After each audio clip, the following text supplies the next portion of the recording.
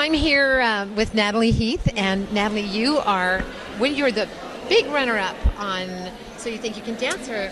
I was actually a top 3 female, so and that was in 2010 actually, but I made it quite far. So tell me about yourself. First of all, did you ever have a vision to, well, first of all, was this show around when you started dancing?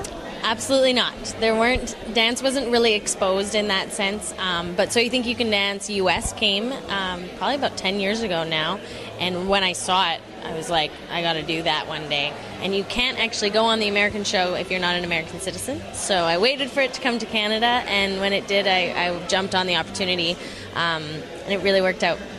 Now, you were a young girl when you started dancing? I was 3 years old. Yeah. And do you remember having, aspirations that were bigger than you, or was it just fun? At first, it was definitely just fun, and then when I had the encouragement from my teachers saying, you've got a talent and you need to nourish it and nurture it and train and work hard, and my parents were really supportive of it, and I loved to do it, so it was a no-brainer for me. But after high school, it was a little tough go getting into the professional scene, but at the end of the day, I figured if I don't stick it out, I'll never get anywhere, right? What made it tough? So you're saying, obviously you're going to school, you're practicing a lot, and so you don't have much of a social life. But what made it really tough getting into the professional side of it? I think mostly because it's a very small scene, and so it's hard to kind of get into the dance scene. You have to make your connections, and that part of it is really hard, breaking into that, because people are always getting hired by the same people because they know their people, right? So you got to get into that, and then once you're in and you make a good impression, that goes a long way. How did you do that? Do you mind giving away, without dropping names, just how'd you do it? Well, I used to go to a dance convention called Triple Threat. It's run by 3 ladies from Surrey who danced professionally for Justin Timberlake and Janet Jackson and Prince and Michael Jackson. And I actually was asked to go on tour with them across Canada as an assistant. So I just, if there's an instructor, I was doing the dance beside them so we could show the big ballroom of kids. And they really have an in on the scene in Canada. One of the girls, she's really connected with the film and TV scene here, and she does a lot of choreography, and that was a big one for me. So she's my mentor to this day, and she was my big in. So I felt good about what I had put out to them. I think it's my time. This year it's going to be a no. Getting a no really does suck. It's kind of like you've already been beat down, and then you just get that no, and it beats you down even more. So, Nathalie, what I want to ask you is, a lot of young women have ambition, and there's nothing wrong with that.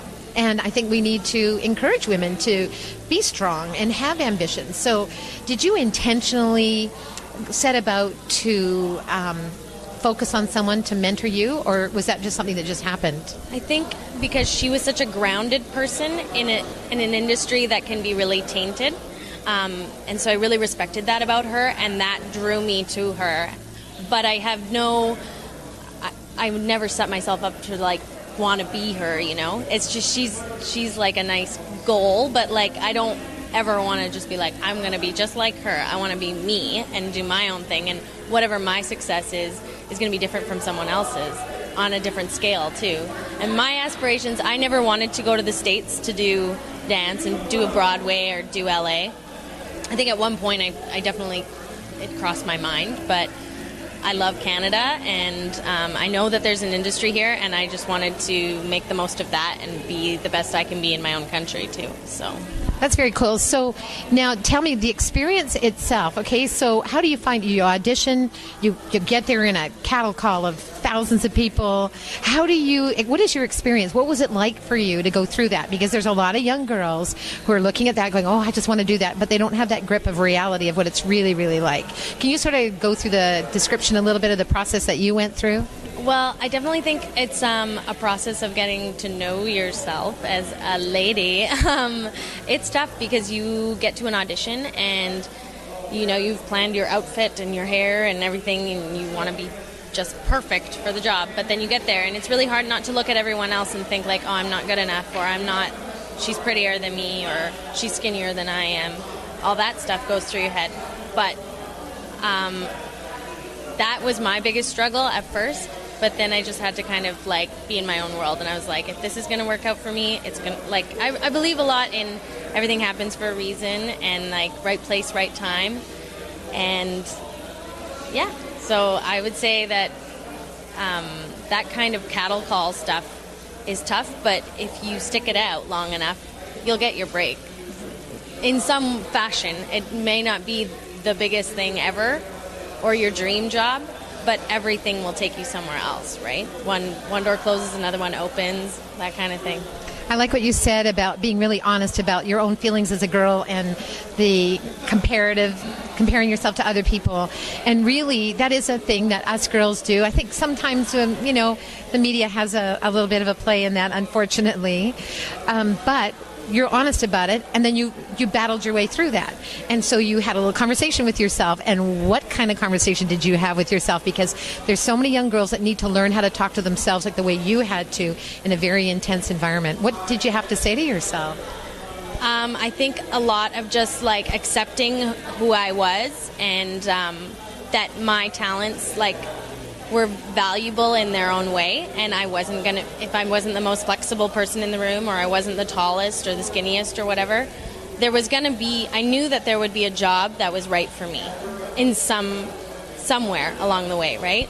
So it's really hard not to take it personally, especially in an entertainment industry, because it's so much about typecasting. It's like, well, we need a redhead for this. So if I'm not a redhead, I'm not getting the job, and it has nothing to do with my talents.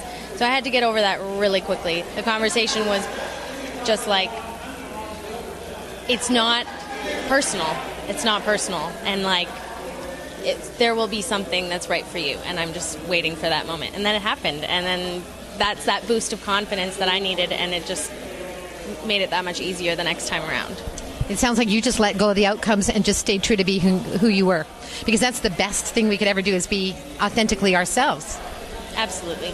So where are you today? What's going on in your life now? I'm kind of dabbling in some acting now, which is good. I just finished filming a movie for Christmas, and it's coming out December 7th. It's called Holiday Spin, and I got a little acting part in that, so that was really fun, a little transition into a different world. But same thing, same struggles, like going in for roles and seeing the girls that go in before you. It was kind of hard, but if it was meant to be, it was going to happen. So, and it did, and I was really happy with that. But I'm also traveling a lot, teaching.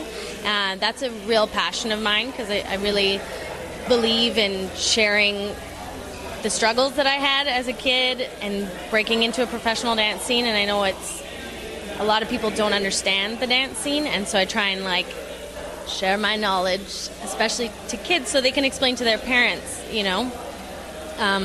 But teaching is a big one for me as well, yeah. That's really cool. Today I interviewed one of the youngest maestros in the world, and he was talking about how the parents sit over these kids and force them to practice for 2 to 3 hours at a time.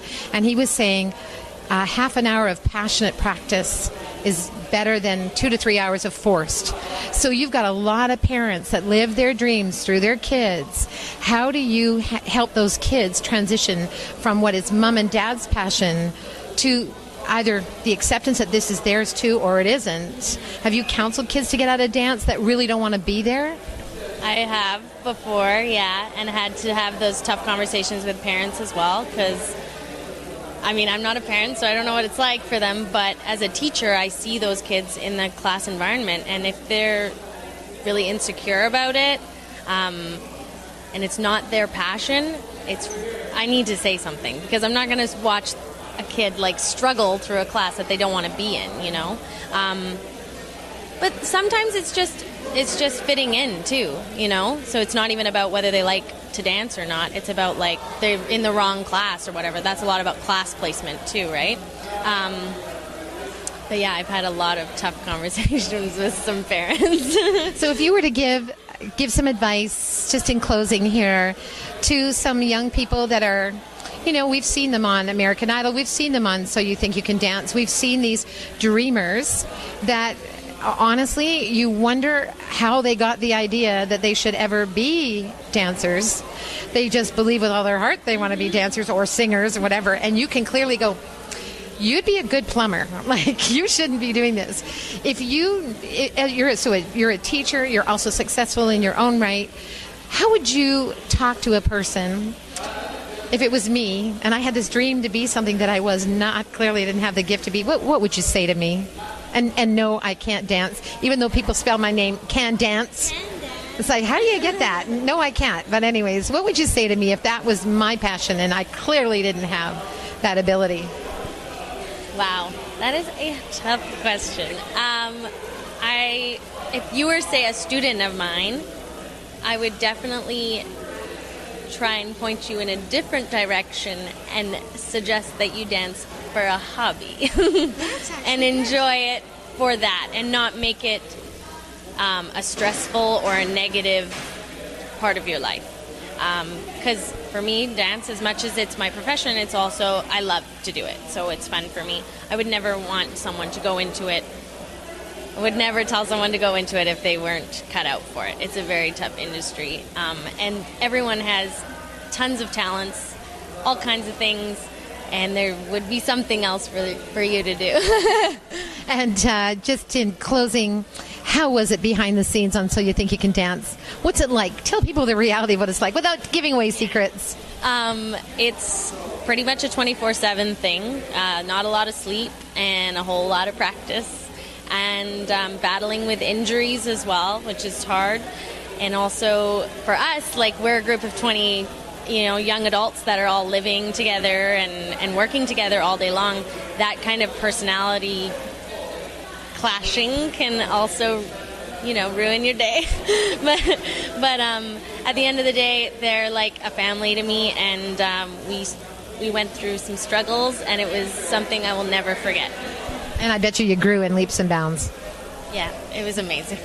And where can people find you? Do you have a website? Do you have somewhere people can find you yet? Well, I have a website called evolvedance.net, and it's actually a workshop that I own with a friend of mine, Mackenzie Green. We travel around Canada and hope to inspire young dancers, and we bring all our cool dance friends with us to teach them, and so that's my main website, actually. Yeah. Okay, so we'll make sure that we put that up, and thank you so much for your time. I really appreciate it, and good luck in everything that you do. Thank you very much. You said it twice before, now say it again.